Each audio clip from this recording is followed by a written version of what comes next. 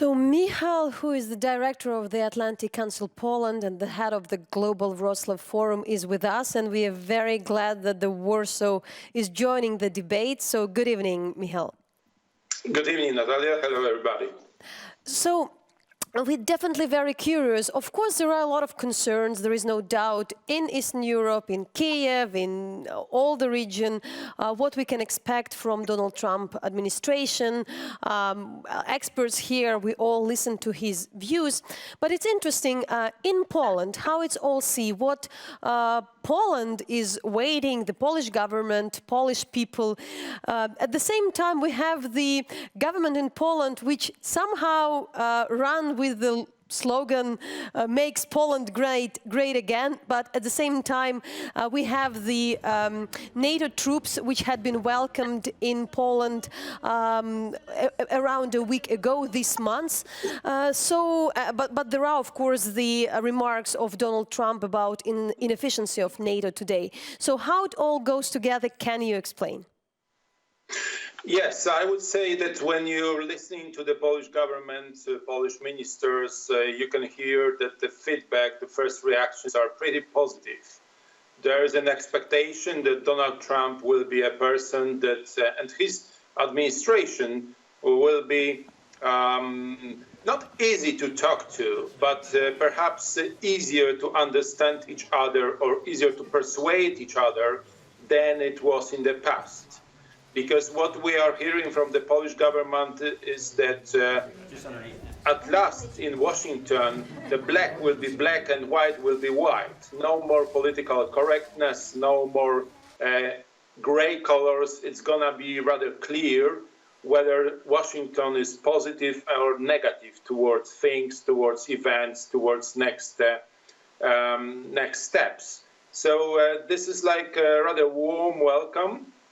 Obviously, Polish current government is pretty conservative, and obviously Poland first is what they are saying. This is very similar to America first of Donald Trump.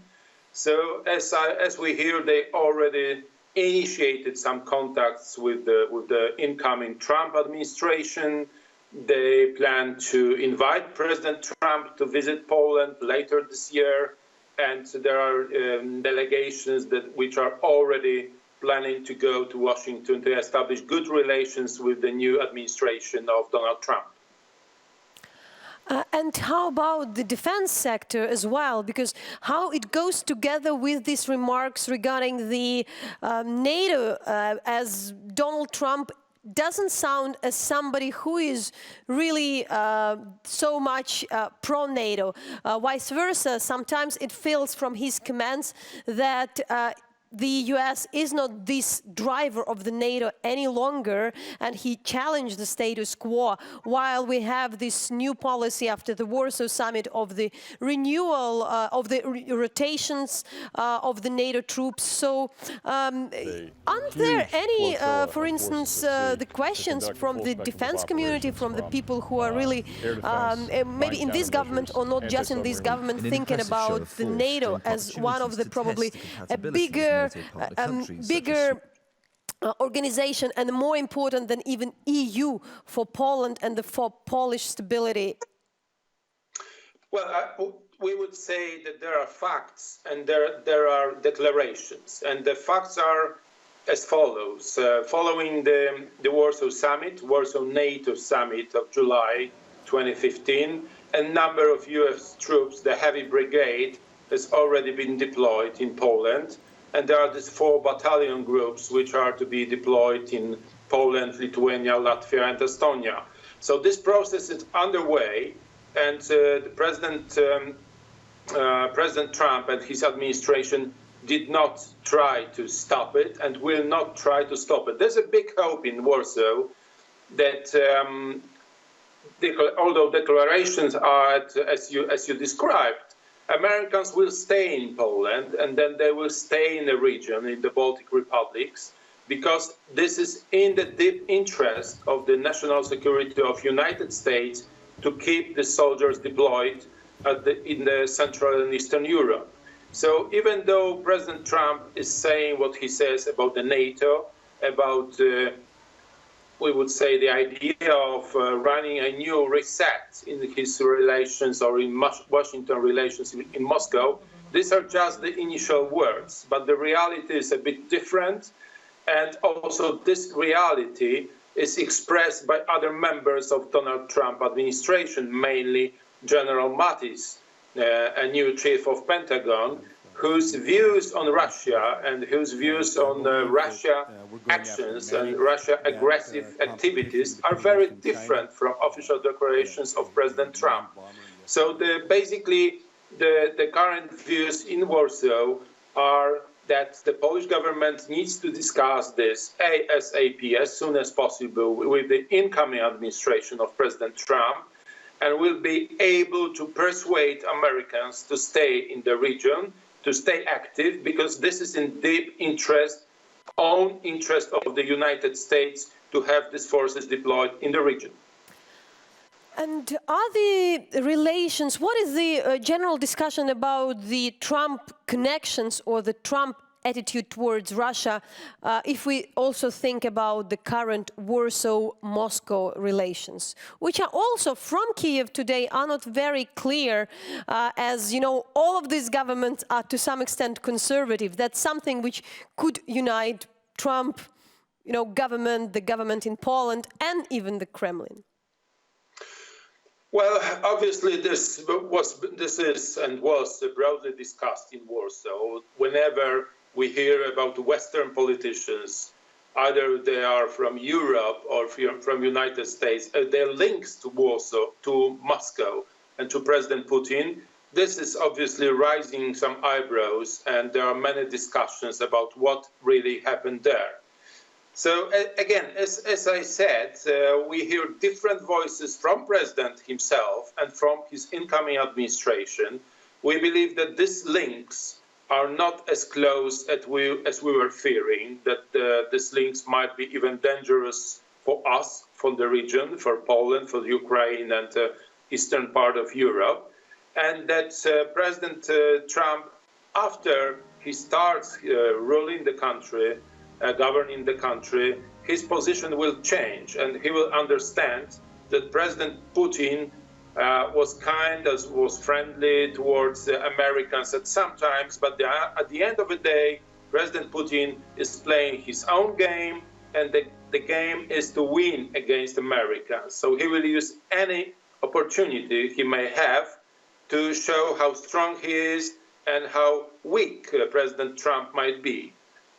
So this might lead, if not to the conflict, but to the dispute and different views on both sides. I mean, Washington and Moscow. That might be a nice few weeks or months. We might head to the next Russian-American summit in coming days, or perhaps weeks and months, perhaps in Reykjavik or somewhere else. But this is just the beginning of a new US-Russian relations. And we will never forget that President Obama also started with the idea of reset with the Russians, with Putin. But this really went nowhere. This gave nothing to Americans, and it was very costly for Americans to, in a way, waste this time, hoping that President Putin would eventually change his mind. He did not, and he will not change his mind about Americans. So let's stay calm and see what happens on the US-Russian front. Michal, we talked about the government, but also you have the Polish society, which is not the secret at this point, is pretty divided. We followed the protest in Poland, and we have the part of the Polish society which is talking a lot about the human rights agenda, about the liberal values, and this is something which is also in the debate with the whole, Trump coming to the global political agenda. So are there any concerns, while as somewhere here also in Eastern Europe there are talks about that this administration wouldn't definitely raise the issues of the media freedoms, of the freedom of media, of the human rights and things of that kind. So would it have any impact on Poland? Does it impact the Polish discussion? Absolutely, yes. We have very, very lively, very active discussion and very active campaigns about this. People are talking. Lots of people are talking politics in Poland these days because, as you rightly said, the society is divided, and we have like two tribes. In a way, this is similar to the U.S. current situation with Republicans and Democrats being so far distant away from each other. This is also the case of Poland. We have a big number of supporters of the current government, which is still having over 30% of public support in the opinion polls. And there is a group of those who lost more than a year ago. They lost in the parliamentary election. And the society, part of the society which is supporting these liberal politicians of Poland, they are obviously afraid that this is going to be very different in Poland versus US relations in coming weeks and months. We already know from numerous statements of some representatives of Trump camp, including Rudy Giuliani, who was in Warsaw in mid-December, a few weeks ago. He said that the United States does not see any reason why it should interfere into internal issues of democratic countries such as Poland. That might mean that the United States might lose some of its interest or the whole interest in how countries like Poland are being governed, what's the state of the rule of law, what's the state of the freedom of media, freedom of speech. This might cause some problems for countries like Poland, because over the years we knew that the United States was there, that the Americans were watching, and we are a very pro-American society in Europe. Some polls say that we are the most pro-American society in Europe. So what we heard from Washington really matters in Poland. It's important to the Polish society, and it's important for the Polish government. The situation which might mark a significant change and might mean that Americans will lose some of its interest in Poland and the region. This is also causing some concerns about liberal part of the society. They hope that the United States will not go away, will not forget about Poland, will not forget about the region, because that would be really dangerous for the society. And taking our history, taking our geopolitics, we need Americans to stay active, to stay involved. That's crucial for us. Michal, thanks a lot for giving us the perspective from Poland. We will follow. Thank you very much. Thank you. Bye-bye.